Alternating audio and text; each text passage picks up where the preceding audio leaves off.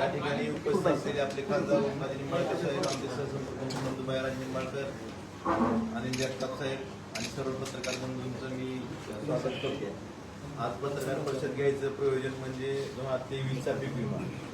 2023च्या पीक विम्याच्या बाबतीत आपल्याला आधी मी ही माहिती सांगतो की आपल्या जिल्ह्यात आपल्याकडे सगळ्यांना कागदपत्र दिलेलीच आहेत. जवळपास 5,56,000 शेतकऱ्यांनी सोयाबीनचा पीक विमा भरलेला आहे आणि जवळपास 600 कोटी रुपये म्हणजे शेतकरी हिस्सा, राज्य हिस्सा, केंद्र सरकारचा हिस्सा असे मिळून HDFC कंपनीला यावर्षी सरकारच्या माध्यमातून कंपनीला प्रीमियम जाणार आहे.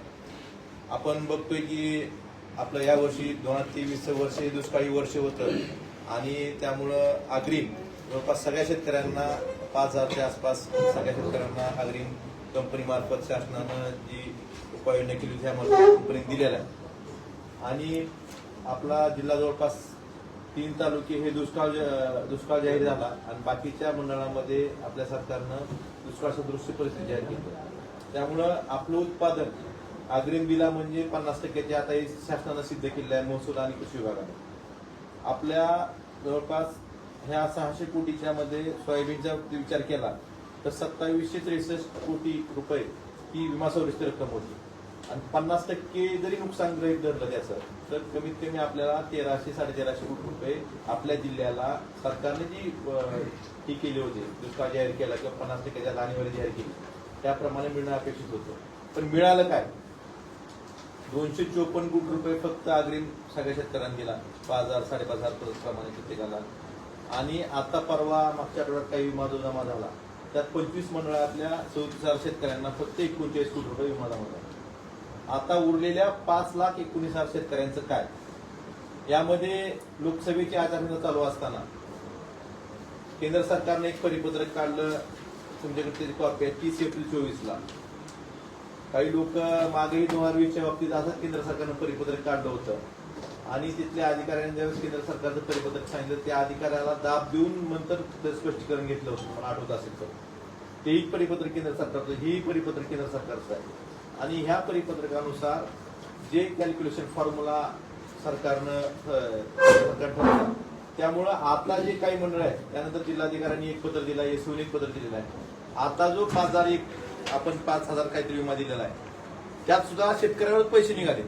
पुढची रक्कम भरपाई द्यायची तर लांबच, तुम्हाला ती कागद सुद्धा आम्ही दिलेली आहे, चार्ट पण आहे. काही शेतकऱ्यांना 1,391 रुपये म्हणजे जे 5,136 रुपये अग्रिम दिलेला आहे त्यात 605 रुपये शेतकऱ्यांनी त्या कंपनी द्यावे लागतील. एका शेतकऱ्याला 4,421 रुपये मिळाले ते 1,391 रुपये त्याला कंपनी द्यावे लागतात. अशा पद्धतीचं परिपत्र केंद्र सरकारनं कंपनी धार्जिन काढल्यामुळं हे परिपत्र फक्त महाराष्ट्रापुरतं आहे. म्हणजे केंद्र सरकारचा महाराष्ट्र द्वेष किती आहे, शेतकरी द्वेष किती आहे त्या परिपत्रकावरून दिसून येतं. एका बाजूला साधी शेतकऱ्याची विहीर असली तर जिओ टॅगिंग करायचं म्हणून अधिकारी सांगतात की आचारसंहिता चालू आहे. मग अशा वेळेस केंद्र सरकार परिपत्रक कसं काढू शकतं हाही प्रश्न आहे. केंद्र सरकार काम कंपन्यांसाठी करतं का शेतकऱ्यांसाठी करतं?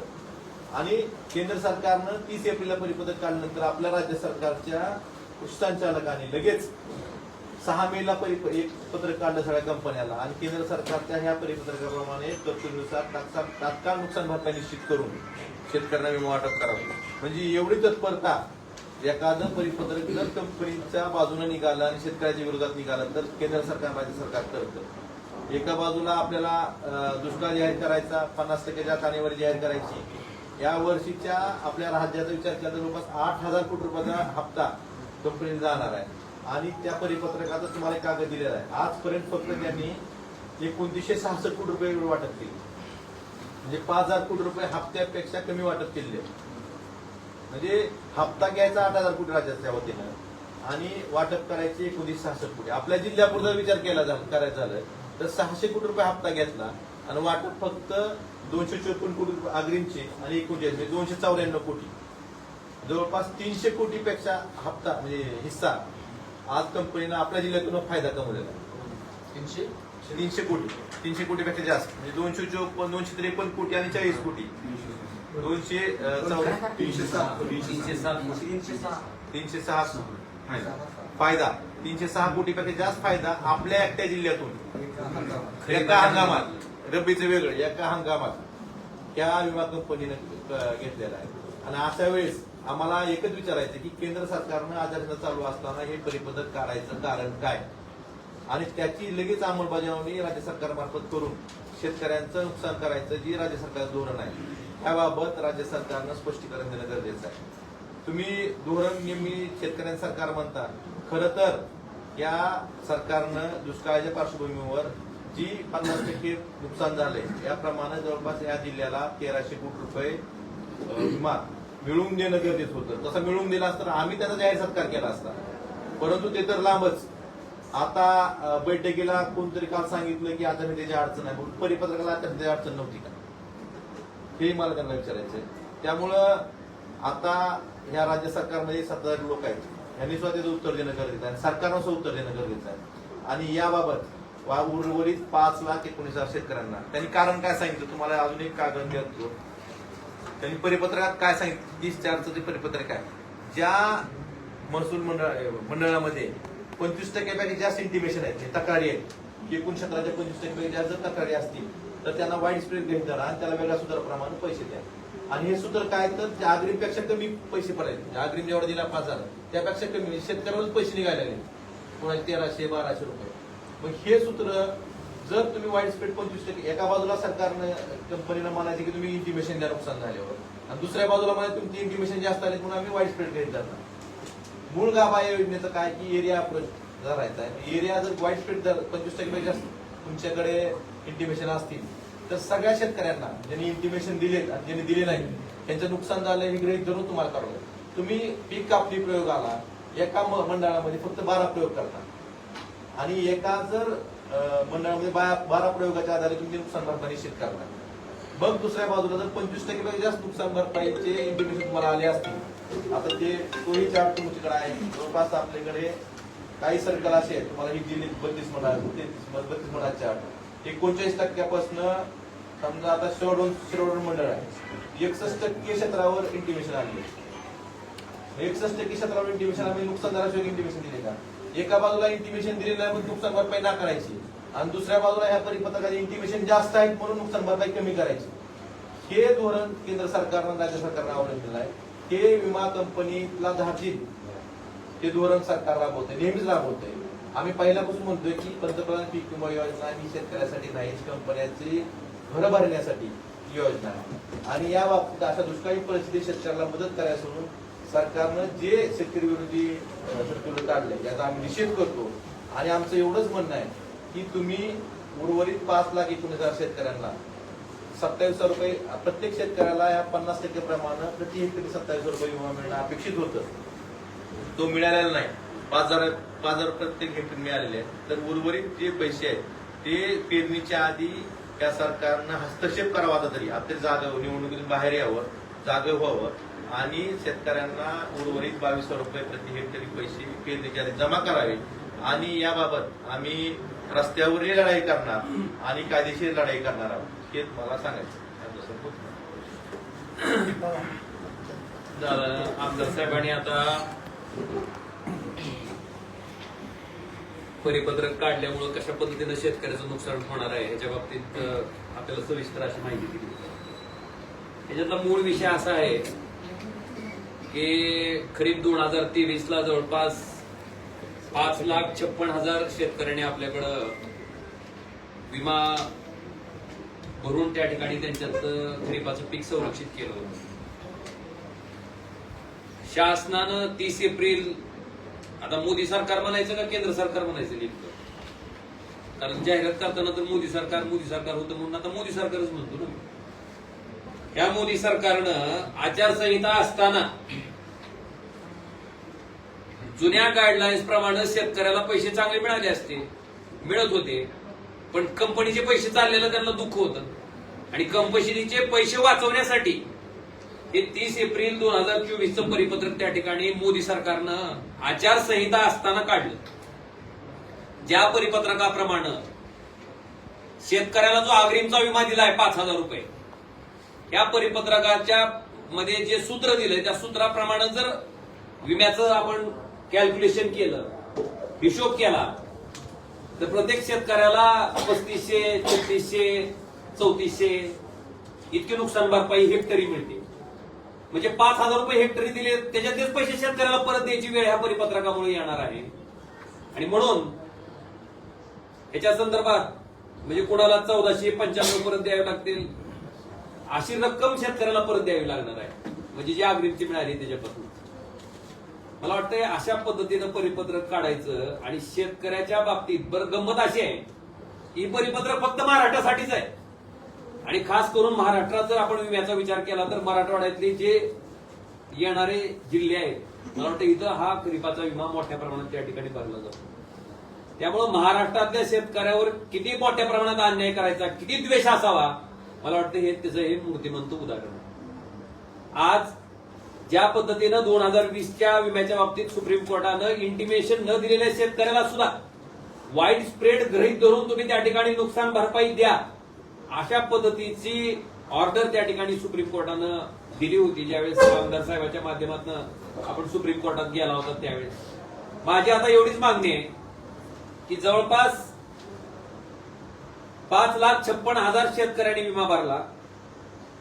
वाईड स्प्रेड आपण गृहीत धरल्यानंतर त्यांनी मान्य केलं वाईड स्प्रेड आहे. आता सरकारनं दुष्काळ जाहीर केलायच की कुठं दुष्काळ सदृश्य परिस्थिती जाहीर केली. मग तुम्ही दुष्काळ जाहीर केला असेल, वाईड स्प्रेड असेल तर जी विमा संरक्षित केलेली रक्कम आहे त्याच्याप्रमाणे 50% नुकसान झालंय असं गृहीत धरून त्या ठिकाणी जवळपास 2700 कोटी रुपये इतके रक्कम आपल्या जिल्ह्याला मिळणं विम्याच्या भरपाई पोटी अपेक्षित आहे.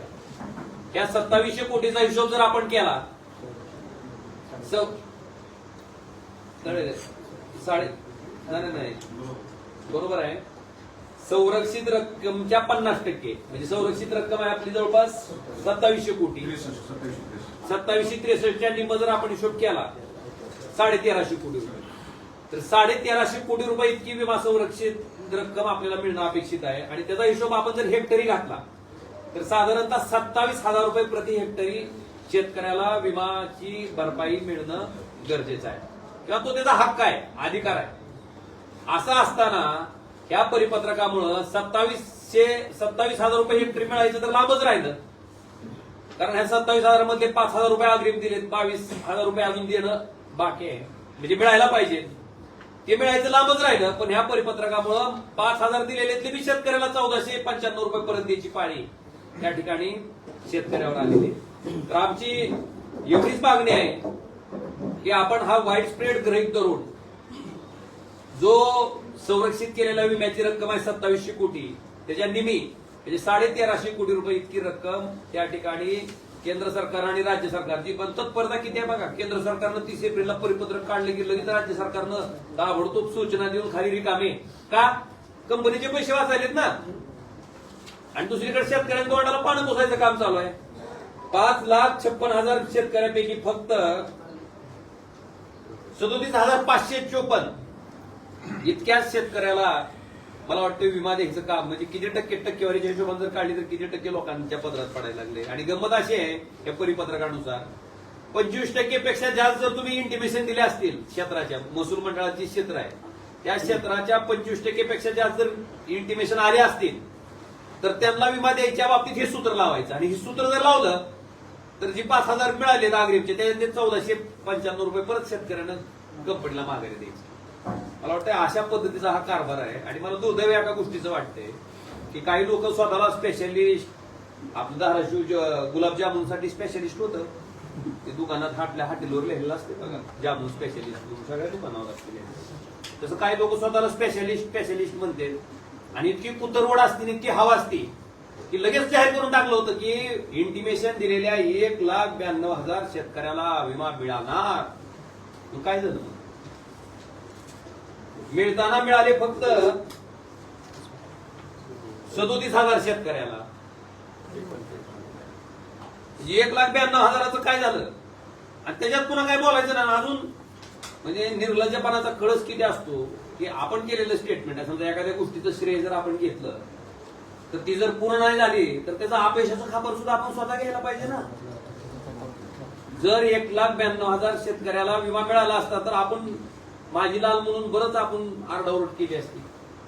पण 1,92,000 शेतकऱ्याला विमा मिळाला नाही, केवळ 37,000 शेतकऱ्याला त्या ठिकाणी विमा मिळतोय. मग ह्याच्या बाबतीतला अपयश कोण बोलणार आहे, त्याच्याबद्दल कोण सांगणार आहे?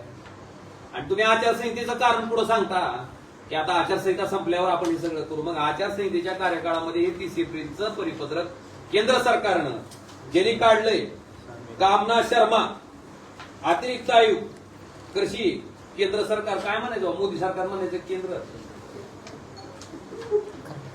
म्हणजे मोदी सरकारच्या अधिकाऱ्याच्या परिपत्रकामुळं आपल्या भागातल्या शेतकऱ्याचं एका हेक्टरला 23,000 रुपये नुकसान त्या ठिकाणी हेक्टरी होत आहे.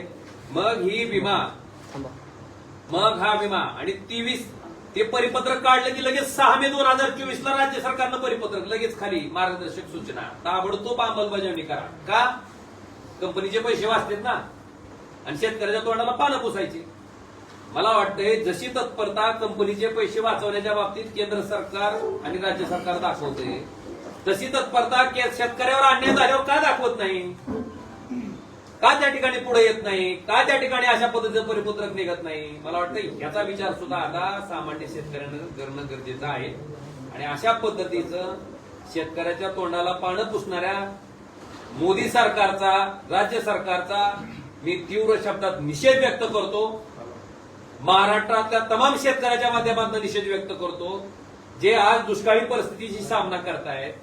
अक्षरशः शेतकरी आत्महत्यासाठी त्या ठिकाणी आत्महत्येच्या खाईत त्याला लोटायचं काम सरकारच्या धोरणामुळे झालंय. एका बाजूला तुम्ही उत्पादित केलेल्या सोयाबीनचे भाव पाडून टाकले, सोयाबीन आयात करून, पाम तेलावरचा आयात शुल्क कपात करून, कांद्याला निर्यात बंदी करून टाकली, तिथं शेतकरी मारला.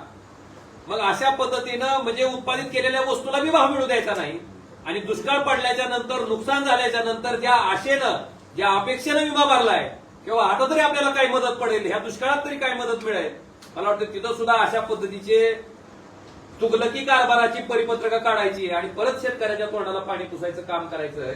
मला वाटतं ह्या घटनेचा तीव्र शब्दात निषेध करतो.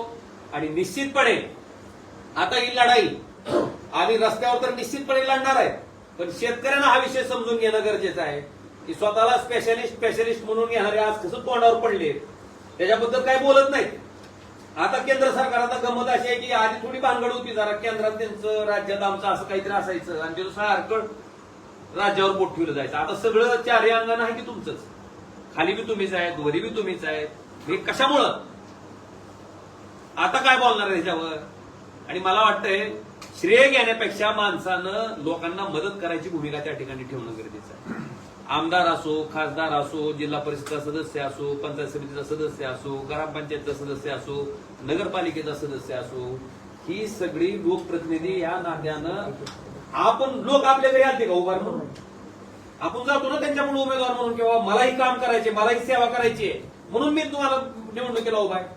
मग जेव्हा आपण सरकारच्या पैशातनं, म्हणजे जनतेच्या टॅक्सच्या रूपानं मिळणाऱ्या पैशातनं जनतेसाठी काही काम करतो, तर त्याचं श्रेय घेण्यासाठी ही कुत्तरवड का? कशामुळं? आपल्या बापजातीची इस्टेट एकूण आपण लोकांना मदत करतोय, ह्या पद्धतीची भावना का लोकप्रतिनिधी दाखवते? मला वाटतं ह्याच्या बाबतीत आत्मचिंतन करणं गरजेचं आहे स्पेशलिस्ट माणसांना. मला वाटतं ही स्पेशलिस्टगिरी कशासाठी आहे नेमकी? शेतकऱ्यासाठी आहे का कंपनीच्या फायद्यासाठी आहे? मला वाटतं ह्याचा सुद्धा विचार सामान्य शेतकऱ्यांनी करावा. आणि आम्ही ही लढाई निश्चितपणे रस्त्याच्या लेवलवर लढणारच आहेत, पण कायद्याच्या ह्याच्यावर सुद्धा त्या ठिकाणी निश्चितपणे लढून आपल्या भागातल्या शेतकऱ्याला जोपर्यंत न्याय मिळत नाही तोपर्यंत आम्ही स्वस्थ बसणार नाही. आणि आम्ही याच्या बाबतीत निवडणूक आयोगाला स्वतः तक्रार करणार आहे. जर तुम्ही कंपन्याच्या बाजूनं एखादं परिपत्रक जर काढून शेतकऱ्याचं नुकसान करत असाल, आता ह्याच्या काळात इतर वेळेस कारण सांगता तुम्ही, आणि असं परिपत्रक काढून जर शेतकऱ्याचं नुकसान होत असेल असताना सुद्धा त्याची तक्रार सुद्धा आम्ही निवडणूक आयोगावर करणार आहे. उद्या शेवटचा टप्प्यातलं मतदान आहे ना, मग तक्रार कधी करणार? उद्या तर शेवटच्या टप्प्यातलं मतदान आहे. काय टप्प्यात निवडणूक आयोग तक्रार करणं ही फॉर्मॅलिटी आहे. ती काय करते ते आजपर्यंत बघितलं जाते. पक्ष या जेला देऊन टाकले. निवडणूक आयोगावर आता किती विश्वास आहे भारताच्या जनतेचा, जनतेला माहिती नाही आम्हाला. म्हणून तक्रार करायचं काम करू आम्ही, आउटपुट काय निघाली द्यावंच माहिती. आजच्या या पत्रकार परिषदेमध्ये आपल्या सर्व पत्रकार मित्रांचं मी स्वागत करतो. आता करीब 2023च्या संदर्भामध्ये ही जी पत्रकार परिषद आयोजित केलेली आहे त्या संदर्भात आमदार महोदयांनी खासदार महोदयांनी बरीचशी माहिती दिलेली आहे. आकडेवारीच्या भोळात न जाता थेट जो कळीचा मुद्दा बनला केंद्राचं परिपत्र आहे त्यावरती मी येतो. केंद्र शासनानं 30 एप्रिल 2024 रोजी एक परिपत्रक काढलं आणि या नव्या परिपत्रकानुसार 75% शेतकऱ्यांना पीक विम्यापासून वंचित ठरवण्याचं जे धोरण अवलंबलंय त्याचा आम्ही निषेध करतो. या नव्या परिपत्रकानुसार 75% शेतकऱ्यांना न्यायच मिळणार नाही. मिळालेला जो पीक विमा त्याच्यातूनच पैसे वापस देण्याची नामुष्की या नव्या परिपत्रकामुळे आलेली आहे. आमचं म्हणणं असं आहे की पीक विमा भरताना जे 26 जून 2023चं परिपत्रक आहे त्या परिपत्रकाच्या नुसारच नुकसान भरपाई देणं अपेक्षित आहे. आपल्याला या ठिकाणी आणखी सांगू इच्छितो, या नव्या परिपत्रकामुळे महाराष्ट्रातील शेतकऱ्यावर अन्याय झालेला आहे. केवळ धाराशिव जिल्ह्यातील शेतकऱ्यावरच अन्याय झालेला नाही तर महाराष्ट्रातल्या तमाम शेतकऱ्यावर अन्याय झालेला आहे. आणि पुन्हा एकदा भाजपचा महाराष्ट्र द्वेष समोर आलेला आहे. कारण नवीन परिपत्रक हे केवळ महाराष्ट्रासाठीच लागू केलेलं आहे आणि महाराष्ट्र शासनाने याला विरोध करायचा सोडून 30 एप्रिलला परिपत्रक निघाल्यानंतर तातडीनं 6 मेला अंमलबजावणी करण्याच्या सूचना दिल्या आणि अचानकपणे धाराशिव जिल्ह्यातल्या काही शेतकऱ्यांना पैसे मिळाले. आपल्याला माहिती आहे धाराशिव जिल्ह्यातल्या 7,57,000 शेतकऱ्यांनी विमा भरला होता. त्यापैकी 5,56,000 सोयाबीन उत्पादक शेतकरी होते. जिल्ह्यात दुष्काळ पडला. 21 दिवसाचा पावसाचा खंड पकडून आपण मागणी केल्यानंतर माननीय जिल्हाधिकाऱ्यांनी अधिसूचना काढली आणि अगोदर 40 महसूल मंडळाला 25% अग्रिम दिला होता. 17 महसूल मंडळ वंचित होते. त्यासाठी मी स्वतः नारंगवाडीला रस्ता रोको करण्याचं नियोजन केलं होतं आणि ज्या दिवशी रस्ता रोको होता नारंगवाडीला त्याच दिवशी 17 महसूल मंडळाची अधिसूचना निघाली आणि असे एकूण धाराशिव जिल्ह्यातल्या 57 महसूल मंडळाला 25% अग्रिमची 254 कोटी रुपये रक्कम दिली गेली. त्यानंतर सप्टेंबरमध्ये काही प्रमाणामध्ये पाऊस झाला आणि त्या नुकसानीच्या पूर्वसूचना या जिल्ह्यातल्या शेतकऱ्यांनी पीक विमा कंपनीला दिल्या गेल्या. तो आकडा होता 1,92,000. नियमानुसार आणि नव्या परिपत्रकानुसार पीक विमा कंपनीनं अचानकपणे या जिल्ह्यातल्या 37,574 शेतकऱ्यांना 39 कोटी 52 लाख रुपयांचं वाटप केलं गेलं.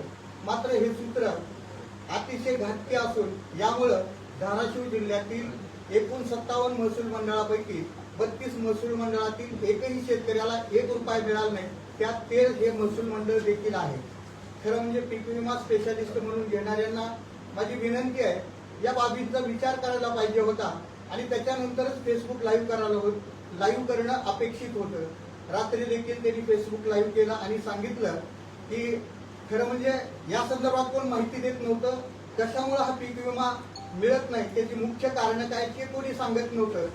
मी ज्यावेळेस या वर्तमानपत्रातून आपल्या सर्वांच्या माध्यमातून 2-3 दिवस सततच्या बातम्या चालवल्या आणि त्यात हे निदर्शनास आणून दिलं की हा सगळा जो घोळ झालाय तो 30 एप्रिल 2024च्या परिपत्रकामुळे. त्यानंतर काही जणांनी रात्री घाई गडबडीनं फेसबुक लाईव्ह केलं आणि सांगितलं की मी कृषी मंत्र्यांना भेटलोय.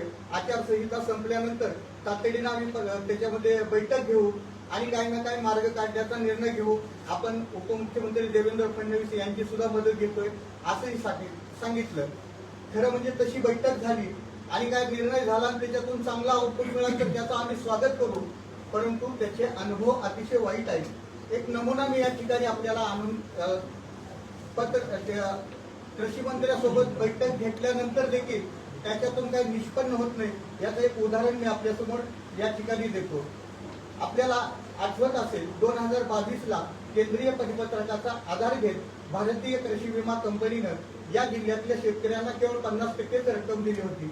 मी राज्यस्तरीय तक्रार निवारण समितीकडे तक्रार दाखल केली आमदार साहेबांनी खासदार साहेबांच्या मार्गदर्शनाखाली. त्यावेळेस राज्यस्तरीय तक्रार निवारण समितीनं शेतकऱ्याच्या बाजूने निकाल देत या जिल्ह्यातल्या शेतकऱ्यांना 294 कोटी रुपये देण्याचे आदेश दिले होते. त्याच्यात 3 प्रकारचे आदेश होते. एक शेतकऱ्याला रक्कम द्यायची, दुसरी पंचनाम्याच्या प्रती द्यायच्या आणि तिसरं 1,40,000 शेतकऱ्यांच्या ज्या पूर्वसूचना बाद केल्या त्यांच्या पूर्वसूचनाचं सर्वेक्षण करावं आणि आपण त्या शेतकऱ्यांना मदत द्यावी. राज्यस्तरीय तक्रार निवारण समितीची बैठक लावण्यासंदर्भात आदरणीय आमदार कैलासदादा पाटील यांनी विधानसभेत हा मुद्दा उचलला आणि कृषी मंत्र्यांना अगदी 15 दिवसांच्या आत आम्ही अशा प्रकारची बैठक लावू असं सांगणं त्यावेळेस भाग पाडलं.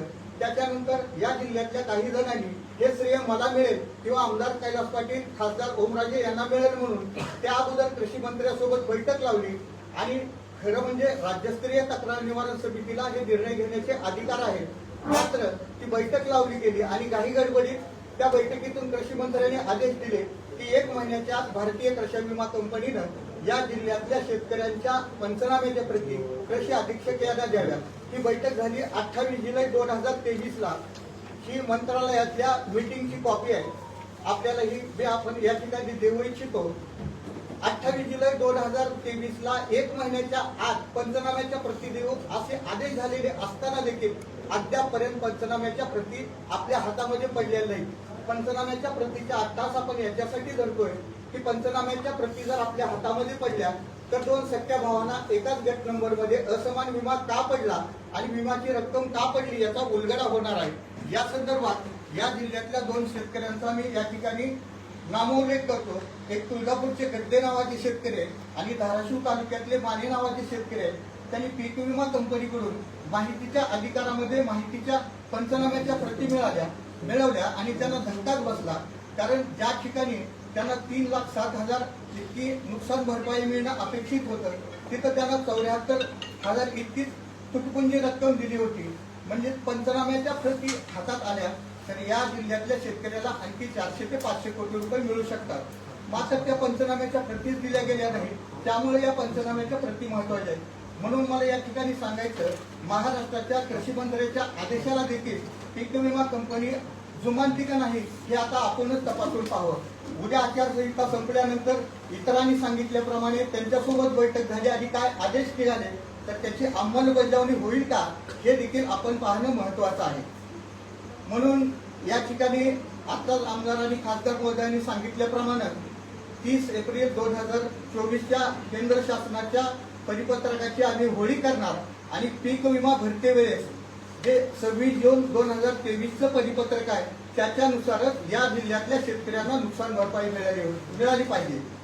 आम्ही एवढं करून न थांबता ज्यावेळेस विसंगत अशी रक्कम पडायला लागली आणि 32 महसूल मंडळं वंचित राहिली, मी तातडीनं जिल्हाधिकारी आणि जिल्हा कृषी अधीक्षक यांना भेटलो. ही विसंगती त्यांच्या निदर्शनास आणून दिली. जिल्हाधिकारी महोदयांचे आणि कृषी अधीक्षक महोदयांचे मी आभार मानेन. त्यांनी तातडीने महाराष्ट्र शासन आणि कृषी आयुक्ताला पत्र लिहिलं. ते पत्रही या ठिकाणी उपलब्ध आहे. त्यात माझ्या नावाचा स्पष्ट उल्लेख आहे. जर या पद्धतीनं पीक विमा दिला गेला तर या जिल्ह्यामध्ये अंदाधुंदी माजेल, शेतकऱ्यावरती अन्याय होईल. त्यामुळं नवीन फॉर्म्युलानुसार न वाटप करता जुन्याच फॉर्म्युलानुसार वाटप करावं असं देखील त्यांनी लिहिलेलं आहे. आमची मागणी या पत्रकार परिषदेच्या माध्यमातून अशीच राहील की ती 30 एप्रिल 2024चं परिपत्रक तातडीनं केंद्राने मागे घ्यावं. महाराष्ट्रावरती जे जुलमी परिपत्रक आहे शेतकऱ्यावरती अन्याय करणार आहे आणि 26 जून 2023ला पीक विमा भरते वेळेस जे परिपत्रक होतं त्या परिपत्रकानुसारच धाराशिव जिल्ह्यातल्या शेतकऱ्यांना नुकसान भरपाई मिळाली पाहिजे. खरीपाची पेरणी तोंडावरती आहे. शेतकरी राजा अगोदर दुष्काळामुळे अडचणीत आहे. त्यात आजच्या अडचणीत न घालता तातडीनं मदत मिळावी. आताच आमदार महोदय आणि खासदार महोदयांनी जी आकडेवारी सांगितली त्या आकडेवारीप्रमाणे या जिल्ह्यातल्या शेतकऱ्यांना पीक विमा मिळावा अशी आमची विनंती आहे. यासाठी मी जिल्हा तक्रार निवारण समितीची बैठक घेऊन तसे आदेश देण्याबाबत पत्रही दिलेलं आहे. राज्यस्तरीय तक्रार निवारण समितीकडे येत्या 2 दिवसामध्ये खासदार महोदय आणि आमदार महोदयांच्या मार्गदर्शनाखाली थेट तिथंही तक्रार दाखल करू. कारण एकापेक्षा अनेक जिल्ह्याचा संदर्भ असेल आणि नुकसानीची भरपाई जर 40 लाखापेक्षा जास्त असेल तर आपल्याला थेट राज्यस्तरीय तक्रार निवारण समितीकडे जाता येतं. त्यानुसार ते करू. कारण आपण जर आत्ता डायरेक्ट हायकोर्टामध्ये गेलो तर अल्टरनेट रेमेडी उपलब्ध असताना तुम्ही हायकोर्टामध्ये कसे आलात म्हणून कोर्टाकडून विचारणा होण्याची शक्यता असते.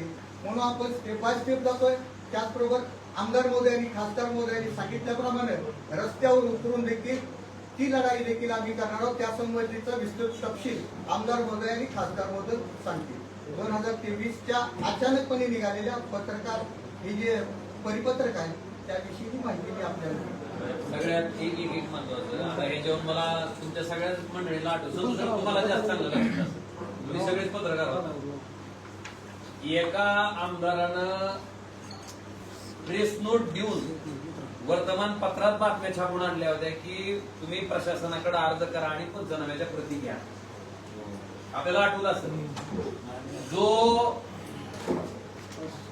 कलेक्टर ऑफिसचा गोंधळ झाला होता त्याच्या पाठीमागचं मूळ हेच होतं की पंचनाम्याच्या प्रती प्रशासनाकडेच नाहीत आणि प्रशासनाकडे प्रती नसताना हा आमदार का सांगतोय लोकांना, शेतकऱ्याला की तुम्ही अर्ज करा आणि पंचनाम्याच्या प्रती घ्या. आता ह्या घटनेला जवळपास 6 वर्ष झाले. ह्याच घटनेच्या अनुसरून तुमच्या कृषी मंत्र्यानं राज्याच्या आदेश दिलेत कंपनीला की 1 महिन्याच्या आत तुम्ही पंचनाम्याच्या प्रती द्या. त्याला जाऊन आज मला वाटतं किती 10 महिने झाले.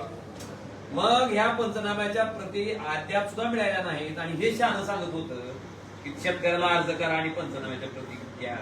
मला वाटतं हा धिगावा कशामुळं, आणि मला त्याच गोष्टीचा राग होता. त्या दिवशी सुद्धा माझी चिड होती ती ह्याच गोष्टीची होती की काही कारण नसताना, तुमच्याकडे प्रती उपलब्ध नसताना तुम्ही कुठल्या अधिकारात शेतकऱ्याला निश्चित काळं कागद म्हणजे दाखवायचं, लोकांना दाखवायचं, नारी लावल्यासारखं लोकांना दाखवायचं की मी तुमच्यासाठी काहीतरी करतोय. मला वाटतं ही पद्धत अतिशय चुकीची आहे, अयोग्य आहे. आणि आज मला वाटतं ह्यांच्यामुळे अजून माझ्या ते लक्षात आलं. मला वाटतं हा प्रश्न तुम्ही सुद्धा त्यांना विचारणं गरजेचं आहे की ज्याच्यामुळे इतकं रामायण महाभारत त्या जिल्हाधिकारी कार्यालयात झालं होतं, त्या पंचनाम्याच्या प्रती शेतकऱ्याला का मिळू शकल्या नाहीत, का दिल्या गेल्या नाहीत. मला वाटतं हा प्रश्न आज सुद्धा अनुत्तरित आहे. आणि राज्यस्तरीय तक्रार निवारण समितीकडे ज्यावेळेस हा विषय गेला पंचनाम्याच्या बाबतीत, त्यावेळेस गाईडलाईन ज्या आहेत आपल्या विमा योजनेच्या, त्यात स्पष्ट असा उल्लेख आहे की ह्या पोर्टलवर सगळ्या पंचनामे अपलोड केले पाहिजे. राज्यस्तरीय तक्रार निवारण समितीत तो पण निर्णय दिला होता अपलोड करा, पण अद्यापपर्यंत 2022च्या बाबतीतला जे पंचनाम्याची प्रतीचा अद्यापपर्यंत एकही पंचनाम्याची प्रती कंपनीनं अपलोड केलेली नाही. म्हणजे ह्याला कृषी मंत्र्याचं देणं गेलं नाही, राज्यस्तरीय तक्रार निवारण समितीनं दिलेल्या आदेशाचं घेणं देणं नाही. तर मी लक्षात येते. आणि मला अगदी तोच विषय मी मांडतोय की एकाच गट नंबर मध्ये भावाची वाटणी झालेली असताना, भाऊ वाटणी आहे, क्षेत्र दोघांचं समान आहे, एकाला एका रेटनं तुम्ही म्हणजे एकाला 22,000 दिलाय, एकाला 2,000, म्हणजे ही कुठली पद्धत आहे. आणि म्हणून त्या पंचनाम्याच्या प्रती मिळणं नितांत गरजेचं आहे. पण अद्यापर्यंत त्या प्रती मिळाल्या नाहीत.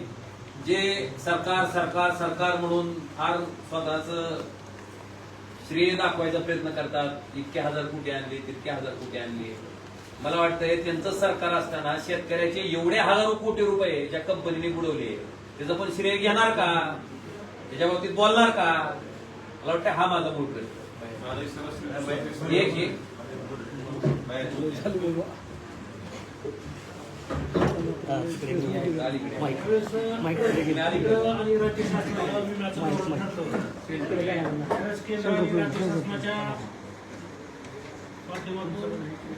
धोरण ठरल्याच्या नंतर परिपत्रक काढलं जातं किंवा राज्य शासनाच्या वतीनं GR काढला जातो आणि त्या विमा कंपनीच्या बरोबर करार केला जातो. तो करार केल्याच्या नंतर त्या कराराप्रमाणे विमा संरक्षित केला जातो. परंतु ह्या प्रकरणामध्ये आपल्याला पाहायला मिळते की करार एका बाजूला ठेवून जे 26 जून 2023चं परिपत्रक आहे ते परिपत्रक बाजूला ठेवून एक नवीन परिपत्रक काढून त्या परिपत्रकामधलं मूळ परिपत्रकामधलं जे सूत्र आहे ते सूत्र पूर्णपणे बदलून, म्हणजे सूत्र एखादा विमा संरक्षित केल्याच्या नंतर त्याला जर विमा आपल्याला देण्याची वेळ आली तर ती कुठल्या सूत्रानं दिली पाहिजे हे सूत्र ठरलेलं असताना मूळ परिपत्रकामधल्या सूत्राला विसंगत अशी भूमिका केंद्र शासनानं घेतली आणि त्या भूमिकेमुळं 30 एप्रिलच्या परिपत्रकामुळं शेतकऱ्यावर अन्याय करणारा निर्णय केंद्र शासनाच्या माध्यमातून झालाय असं आमचं म्हणणं आहे. मुळात हे परिपत्रकच बेकायदेशीर आहे. त्यामुळे हे परिपत्रक पहिल्यांदा रद्द करावं, कारण मूळ जो अग्रीमेंट विमा कंपनीबरोबर केंद्र किंवा राज्य शासनाने केलेला आहे त्या अग्रीमेंटच्या विरुद्ध जाणारं हे परिपत्रक आहे.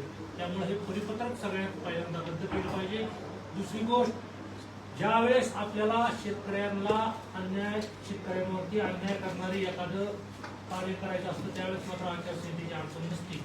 आणि काल फेसबुक लाईव्हद्वारे सांगण्यात आलं की आचारसंहिता संपल्यानंतर कृषी मंत्र्यांच्या बरोबर आम्ही बैठक घेऊ. शेतकऱ्यावर अन्याय करण्यासाठी आचारसंहितेची अडचण येत नाही, परंतु ज्यावेळेस शेतकऱ्यांना न्याय देण्याची वेळ येते त्यावेळेस मात्र आचारसंहितेचं कारण सांगितलं जातं।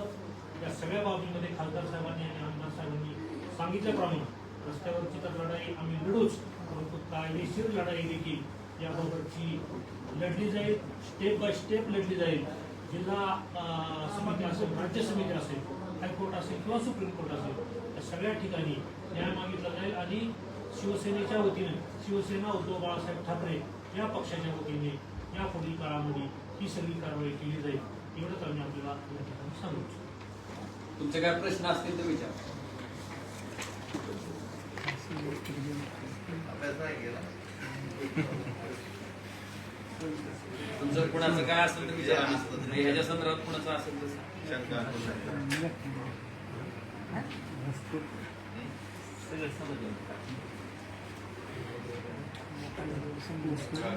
आणि अजून एक विषय, मागच्या वर्षी नाही ना, अजून एक महत्वाचा विषय आहे ना, मागच्या वर्षी या सरकारनं आपले 3 तालुके दुष्काळ जाहीर केले, 3 तालुके दुष्काळ जाहीर केले आणि बाकीची मंडळं त्यांनी दुष्काळ सदृश्य म्हणून जाहीर केली।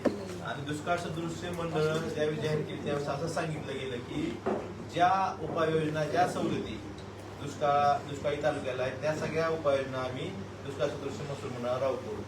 परंतु ह्या दुष्काळी अनुदान अद्यापपर्यंत ह्या दुष्काळ सदृश्य मंडळांना 1 रुपया दिलेला नाही। म्हणजे नुसतंच घोषणा करायची आणि जर दुष्काळ सदृश्याचा आपण शासकीय निर्णय बघितला त्यात 7 सवलती आहेत, फक्त एकच वगळलं कुठलं अनुदान। त्यामुळं ही सर्व गोष्ट सरकारनं घोषणा एक करायची, त्यावेळेस सगळ्या शेतकऱ्यांचा, सगळ्या महाराष्ट्र जनतेचा रोष होता, म्हणून दुष्काळ सदृश्य ही एक दुसरं काहीतरी बोंडस नाव देऊन त्यांनी घोषणा केली। परंतु ज्यावेळेस अनुदान द्यायची वेळ येईल त्यावेळेस त्या शासन निर्णयातून म्हणजे दुष्काळ सदृश्याच्या शासन निर्णयातून दुष्काळ अनुदान हा प्रकार वगळला। त्यामुळं शेतकऱ्यांना दुष्काळ सदृश्य ज्या मंडळ जाहीर झाले त्यांना सुद्धा दुष्काळी अनुदान मिळालं पाहिजे आणि ते पेरणीच्या आधी मिळालं पाहिजे। आज आपण बघतोय की सोयाबीनची एक बॅग घ्यायला गेलं तर 32 रुपये किंमत झाली त्याची आणि 1,500च्या कुठल्याही खताचं पोतं नाही, आणि सोयाबीन विकायला गेलं तर 4,500 रुपये भाव, म्हणजे 30 किलोच्या बॅगला 32 रुपये आणि सोयाबीन 100 किलो विकायचं म्हणलं तर 4,500 रुपये। एवढी वाईट परिस्थिती शेतकऱ्याला असताना अशा वेळी शेतकऱ्यांना दिलासा द्यायचं सोडून लांब, म्हणून तर शेतकऱ्याच्या आत्महत्या थांबत नाही। त्यांनी घोषणा केली होती की आमच्या काळात एकही आत्महत्या होणार नाही, आत्महत्या व्हायचं थांबायचं लांबच, पण आत्महत्येमध्ये वाढ का होत आहे याचं कारण हे आहे की सरकार नुसतं घोषणा करतं, विम्याच्या बाबतीत कंपनी दाबीन धोरण घेतं, ज्यावेळेस अनुदान द्यायची वेळ येते त्यावेळेस शेतकऱ्यांना अनुदान देत नाही। त्यामुळं ह्याही गोष्टी आपण सगळ्यांनी समजून घेतल्या पाहिजे। याबाबत सुद्धा आम्ही शिवसेनेच्या वतीनं रस्त्यावर आंदोलन करणार आहे।